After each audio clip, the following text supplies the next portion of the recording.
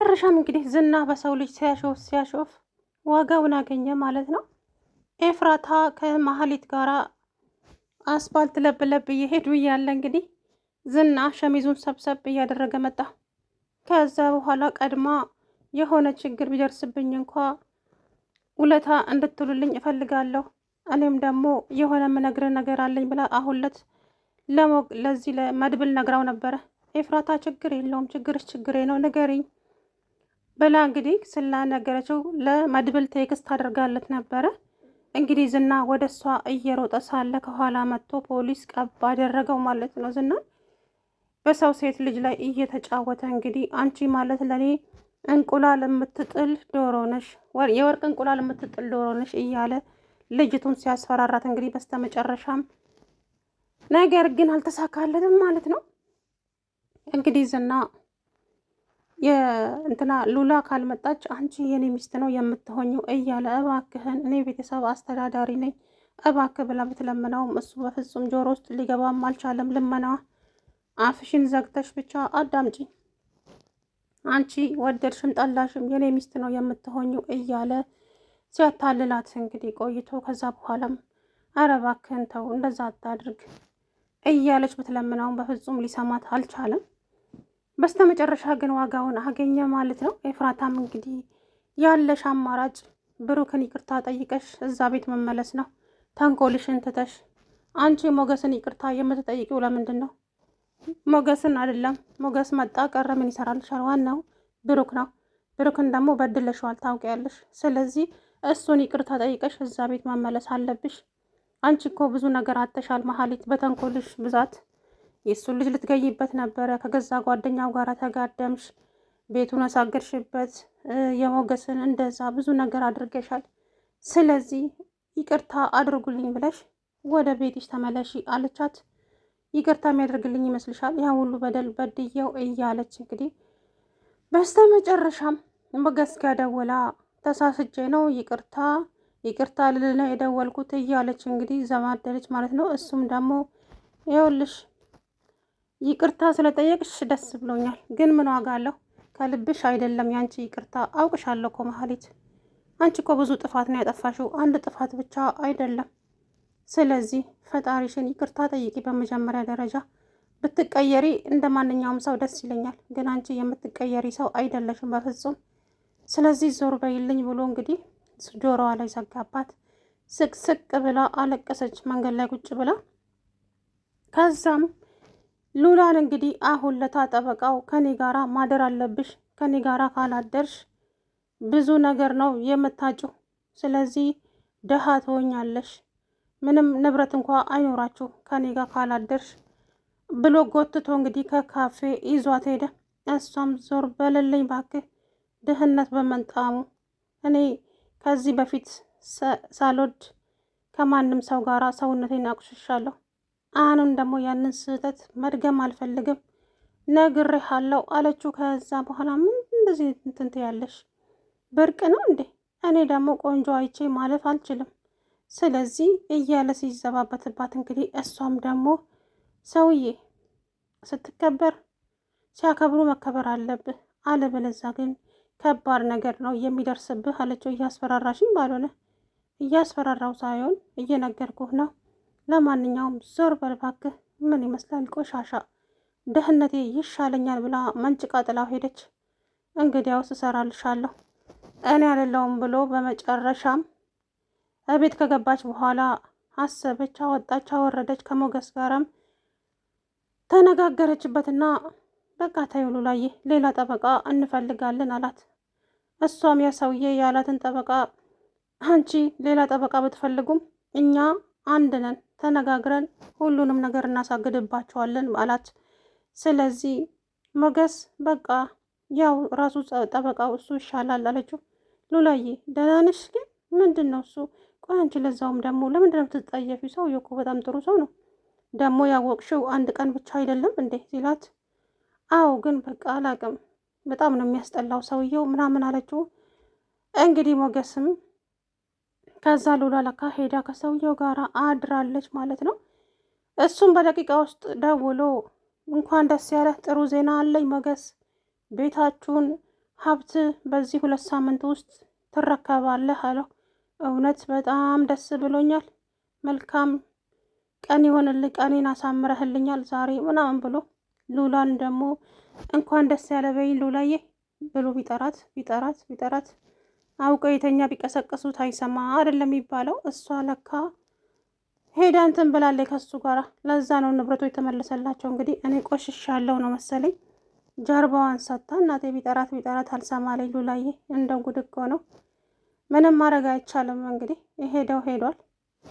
እንግዲህ በመጨረሻም ንብረት ይመለስልሃል ስላለኝ በጣም ተደሰተ ሞገስ። እሷ የምትፈልገው የእሱን ደስታ ብቻ እንጂ የራሷን ገላ ማቆሸሹ አልነበረም።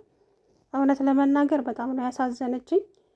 እንግዲህ ምንም ማድረግ አይቻልም ማለት ነው። ወይዘሪት መሀሌትም ብሩክን ይቅርታ ጠይቄ እዛ ቤት እንደምንም ብዬ መመለስ አለብኝ፣ ግን ሳስበው ደግሞ ብዙ ነገር ስላደረግኩት ይቅርታ የሚያደርግልኝም አይመስለኝም።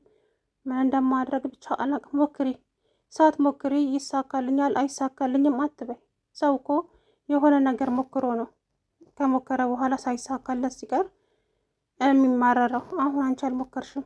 ስለዚህ ትሁት ማናትች ልጅ ቅድስት እንዳትቀማሽ። ቅድስት ምን ያክል ብሩክን እንደምትወደው ታውቂያለሽ አይደለም? አንቺ የዛችን ሰራተኛ ስም ለምንድን ነው የምትጠሪው? እውነታውን እኮ ነው የነገርኩሽ። ቅድስት ብሩክን በጣም ታፈቅረዋለች። ስለዚህ ሳትቀድምሽ መቅደም አለብሽ። መሀሌት ምን ሆነሻል? እንደምንም ብለሽ ወደ ቤትሽ መመለስ አለብሽ እያለች እንግዲህ ብታደናቁራትም መሀሌት በዚህም ብትል በዛም ዙሪያው ገደል ሆነባት። ሰላም ውድና የተከበራችሁ የቻናሌ ቤተሰቦች እንዴት ናችሁ? ደህና ናችሁ ወይ? አለው ደህና ነኝ።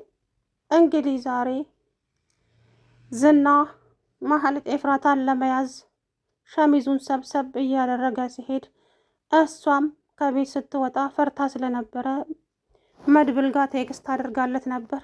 ከቤት ልወጣ ነው፣ ምናልባትም ሊይዘኝ ይችላል ያ ሰውዬ አይታወቅም፣ እቹም እህቴ ራሱ አሳልፋኝ ልሰጥም ትችላለች እያለች እንግዲህ ነገር ግን ምንም ብትቸገር ምንም ተንኮለኛ ብትሆንም በእሷ ላይ ክፉ ነገር አታስብም። በጣም ነው የተገረምኩት ማለት ነው። መሀሌት ብዙ ነገር ገንዘብ ትወዳለች፣ አይታችኋታል። ገንዘብን የሚጠላ የለም። የእሷ ግን የተለየ ነው አይደል?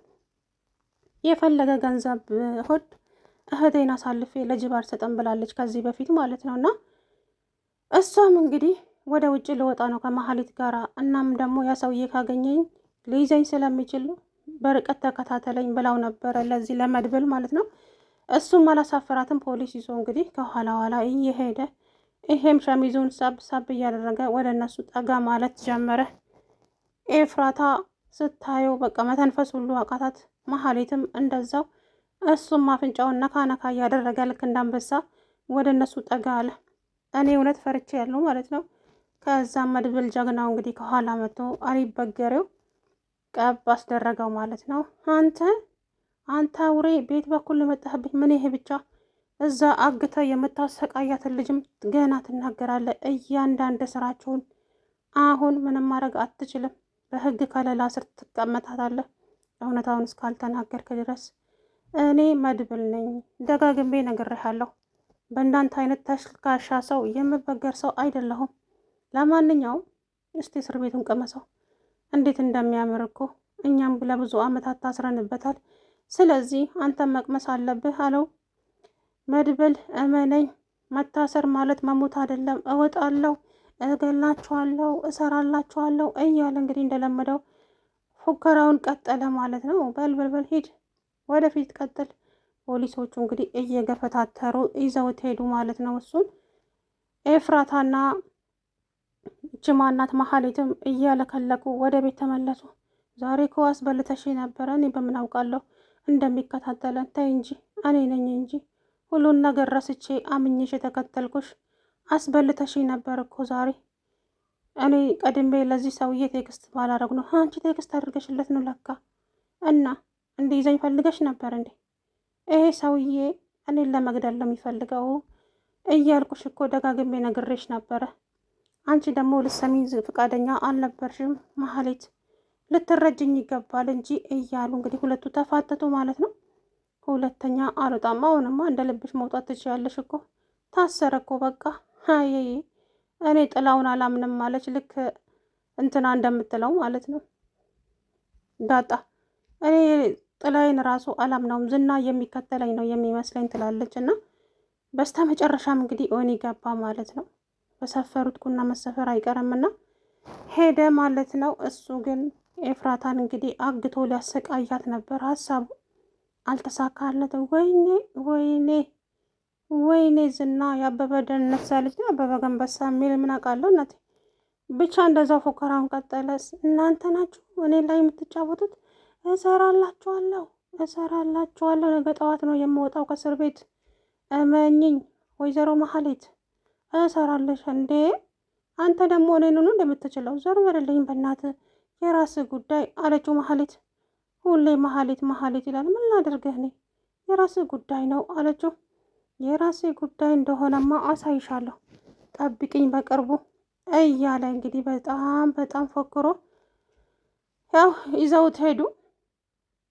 ኤፍራታና መሀሌትም ወደ ቤታቸው ተመለሱ። መቼም ፍርሃት እንደዚህ እንዴት እንደምትንቀጠቀጥ መሀሌት ማለት ነው። እሷም እንግዲህ ወደ ብሩክ ለመመለስ ቋምጣ ተነስታለች። የሚሳካላት አይመስለኝም። እንግዲህ መድብልም ደግሞ ቅድስትና ብሩክን ለማጋበት አንድ ላይ ለማድረግ እየቋመጠ ነው ያለው ማለት ነው። በጣም ነው እኮ የሚገርመው ግን የእውነት እንደዚህ አይነት ወንድምም አለ።